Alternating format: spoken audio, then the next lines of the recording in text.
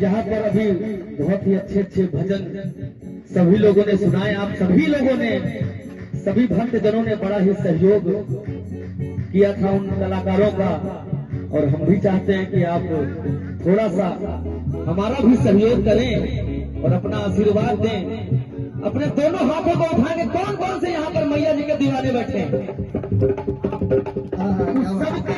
सबके लिए कहना है, दीवाना बना दिया हमें, मस्ताना बना दिया, दीवाना बना दिया हमें, मस्ताना बना दिया, दीवाना बना दिया हमें, मस्ताना बना दिया,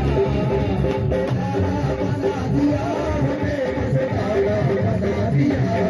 मेरी माली, मेरी माली, मेरी माली अपनी दीवाना बना दिया, एक बार अपने प्यार की दीवाना बना दिया, मेरी माली अपने प्यार की दीवाना बना दिया, मेरे प्यार को दीवाना बना दिया।